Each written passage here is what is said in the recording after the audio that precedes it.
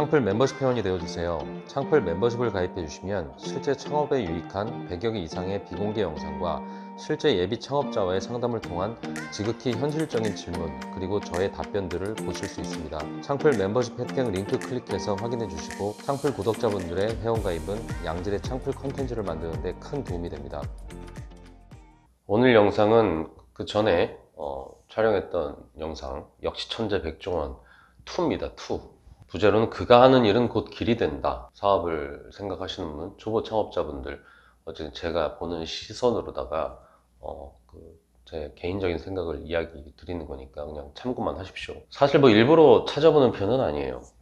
저 또한 어렸을 때 저는 백종원 대표님 그 논현동에서 거의 뭐 살던 사람이었습니다. 워낙에 뭐 한신포차 뭐 이런 데서 술을 많이 먹었기 때문에 저 역시 그때 생각이 나니까 커서도 한신포차 이런 데 가서 먹는 그런, 한 번씩 가는 그런 버릇이 있단 말이죠.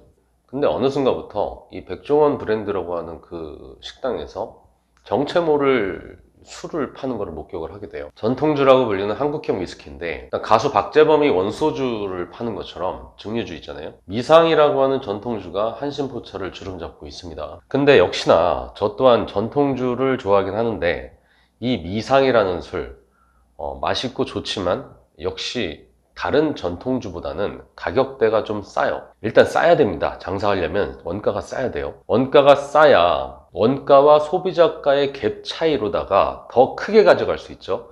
그 얘기는 마진이 좋다는 겁니다. 그리고 마진이 박한 이 한신포차라고 하는 이런 프랜차이즈에 그 술이 들어가면서 점주들의 마진도 좋아질 거예요. 사실 요즘 유행하는 브랜드들, 프랜차이즈들 음식으로만 가성비를 주다가는 본사와 가맹점 둘 다 죽습니다. 예를 들면 용영선생이라고 하는 요즘 막 핫한 막 중식 브랜드 뭐 이런 것들만 봐도 음식 원가는 뭐 재료에 비해서는 좀 높잖아요. 근데 술 원가는 10% 정도밖에 안 된단 말이에요. 꼬량주 이런 거. 그러면 그 높은 음식 원가하고 싼 그 술 원가하고 이게 버무려지면서 원가가 전체적으로 좀 낮아지면서 이게 점주가 어쨌든 먹고 살 수 있는 그런 구간이 생긴단 말입니다. 어쨌든 계속 그게 그 트렌드가 계속 가길 바라긴 해야겠지만 중요한 건 이 술이라고 하는 아이템, 특히 이 전통주라든지 이 술이라고 하는 이런 어떻게 보면 음식의 한 종류로 이제 편입이 됐다고 보면 되거든요. 대한민국 창업 아이템에도 이 술이라는 건 그냥 하나의 아이템이 그냥 편입이 돼버렸다고 생각을 하시면 돼요. 옛날 사람들 뭐 이런 얘기, 나 술 장사 안 할 거야. 뭐 이런 얘기를 하는데, 이제는 그런 환경이 아니에요. 무조건 그냥 밥을 파는 식당을 하더라도 이 술에 대한 이해가 없으면 자신의 마진 구조를 가져갈 수가 없는 시대가 된 겁니다. 이 술이 밥하고 술 따로 된 게 아니라 이 술도 음식의 한 종류로 생각을 해야 된다는 얘기입니다. 백종원 대표님 회사는 이걸 선도하는 그룹이죠. 이미 자신들의 플랫폼 안에서 자신들이 파는 술을 홍보하고 있고요. 그것들을 먹고 있는 스토리들을 퍼나르면서 그 브랜드가 유명해지게 합니다. 이러면 두 마리 토끼를 잡을 수 있어요. 솔직히 가맹점에서 팔리는 그 술이 얼마나 나가겠습니까? 가맹점에는 이 전통주를 공급을 함으로써 마진이 괜찮게 맞춰주는 거죠. 그러면 그거랑 기존에 좀 물가가 많이 올랐으니까 원가 좀 높은 걸 이 술로다 좀 컴프레스를 시켜라. 이러면서 좀 마진 좀 챙기게 하고, 그러면은 나머지 본사 수익은 어디로 갑니까?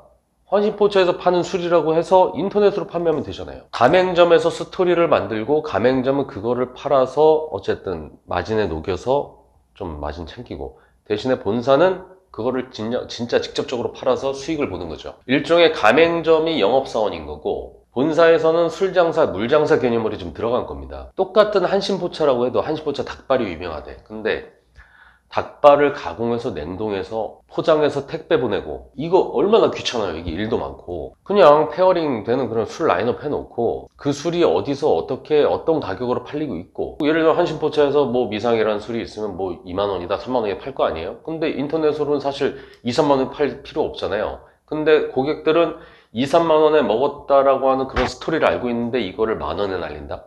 이러면 1+1으로 판다? 이러면 이건 판매가 될 수 있는 거 아니에요? 그럼 택배로 보내는 겁니다. 그러면 어쨌든 이 술은 어쨌든 그냥 일반 음식보다는 훨씬 더 보내기도 좋고, 어쨌든 그 물장사면 그래도 양이 또 많고 하면 이게 마진이 좋으니까 마케팅비를 많이 쓸 수 있잖아요. 그러면 또 연예인들도 보고 유튜브에서 또 그 술 마시면서 그 팔로워들이나 그 구독자들이 또 그걸 또 보면은 또 같이 또 판매가 이루어지고, 한마디로 원가와 소비자가의 갭이 많아야 중간에 마케팅에 대한 비용을 왕창 쓸 수 있는 거잖아요.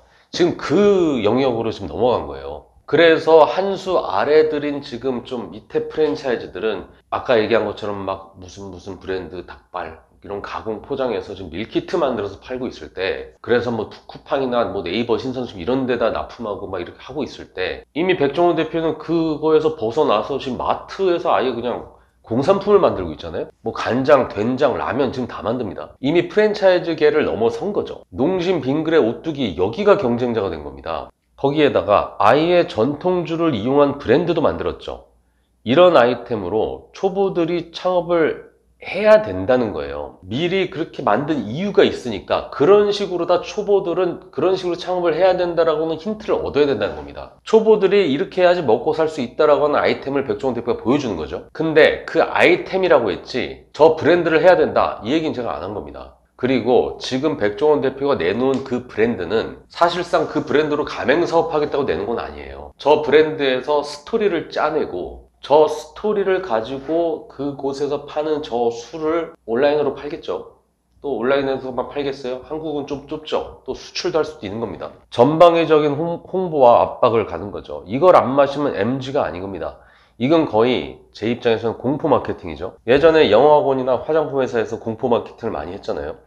이제는 뭐 영어 못하면 루저 된다, 뭐 취직이 안 된다, 뭐 이 화장품 써야지 요즘 사람이다. 저런 광고들이나 저런 홍보력을 보다 보면은 앞으로 전통주 안 마시면 이게 옛날 사람이구나 이런 생각이 날 수도 있을 정도로다 지금 많은 곳에서 지금 홍보를 하고 있죠. 정말 천재적인 사람이고 정말 천재적인 팀들을 가진 대단한 조직이라고 할 수 있습니다. 이렇게 기획과 제조, 유통, 판매까지, 광고 모델까지, 영업사원까지 이런 거 다 할 사람은 대한민국에서 백종원 대표밖에 없죠. 여기서 더 무서운 거는 이게 하나하나 다 명분이 있다는 겁니다. 지역 경제를 살리고 청년 사업을 살리고 골목 시장을 살리고 농가를 살리고, 그러면서도 그들의 스토리를 재생산시켜서 자신의 스토리로 만들죠. 직접 만들어서 직영점부터 만들고 그 스토리를 짜내는 방식이 아니라 기존의 땀과 눈물을 흘렸던 그 스토리를 가진 인물들과 함께 도우면서 사업 확장을 하는 겁니다. 그리고 그곳에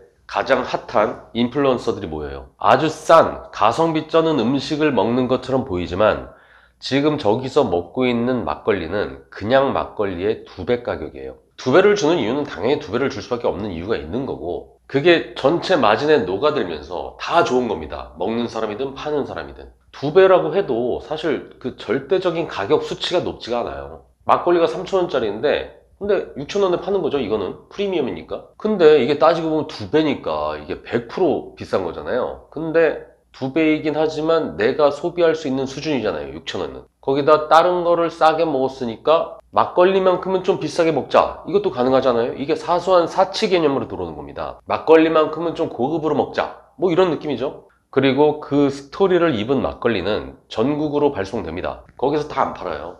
일부러 줄 세우고 막 풍족하게 팔 수 있게 만들지 않죠. 뭐 1인당 뭐 2병만 사갈 수 있다 뭐 이렇게 할 겁니다.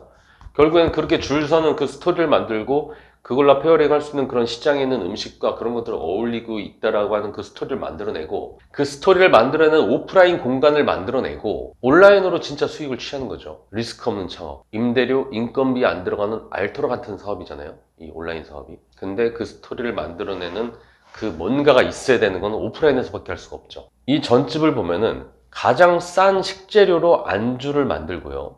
막걸리 한 잔에 4,000원, 5,000원 받습니다. 다른 메뉴를 안 파는 이유는 사실 뭐 매장들 간의 상생이라는 부분도 있지만 인건비 효율을 최대로 하는 겁니다. 부침 하나의 공정이면 10개가 있어도 사실 혼자 다 해요. 공정이 다르면 이게 사람이 더 필요한 건데 공정 하나만 있으면 뭐 혼자서도 가능하죠. 그리고 주 수익원은 저 막걸리지 전이 아니에요. 안주가 아닌 겁니다. 어떻게 보면 프랜차이즈, 뭐 공차 이런 것보다 나은 거예요. 공차는 이거 얼마나 어렵습니까? 뭐 이것저것 좋은 거 다 타주고 내주고 얼음 갈아주고 단 거는 어떻게 해주고 뭐 막 주문사항 다 해서 만들기 어렵잖아요. 그리고 결정적으로 기껏해야 1인당 한 잔 마시고 가잖아요. 커피숍들 다 그러잖아요. 근데 이 집은 한 명당 최소 2잔, 3잔, 5잔도 먹을 겁니다. 그리고 그냥 퍼주면 끝이죠. 사람 안 쓰고 마진 좋고 싸다라고 하는 느낌까지 주죠. 우리는 백종원 대표가 미리 해놓는 이 사업의 본질, 장사의 본질을 보고서 내가 앞으로 사업을 하려면 수익을 볼 수 있으려면 어떻게 해야 될 것인가, 이런 오프라인 영업 방식을 보고 배울 필요가 있습니다. 우리는 초보니까요. 배워야죠. 벤치마킹 해야죠. 그리고 이미 그런 식으로다가 그런 업의 본질을 가지고 장사하는 집들 지금 되게 많아졌죠. 창프린 제가 얘기해도 아무리 안 들어도 어떻게 보면 이 백종원이라고 하는 브랜드가 얘기했을 때는 이땐 이젠 들어야죠. 더 잘 알아들을 수 있을 거라고 생각을 합니다. 싼 메뉴, 그리고 술, 그리고 스토리. 그래야 사람 덜 쓰고 내 인건비 플러스 알파는 가져갈 수 있는 그런 자영업이 될 수가 있습니다. 앞으로 백종원 형님의 사업이 날로 번창을 해서 더 많은 해외 사람들이 찾아오고 대한민국 K푸드 컨텐츠에 열광하는 날이 빨리 왔으면 좋겠습니다. 그리고 우리나라 대한민국 자영업자들의 이 K푸드 컨텐츠가 풀뿌리처럼 해외로 뻗어나가서 이 좁은 곳에서 아웅다웅 경쟁하면서 사는 게 아니라 정말 자영업자들이 술출이 되는 그런 날이 정말 오기를 간절히 바랍니다. 항상 얘기하지만 이건 제 개인적인 생각입니다. 그냥 참고만 하셨으면 좋겠어요. 이상 창풀직이었습니다.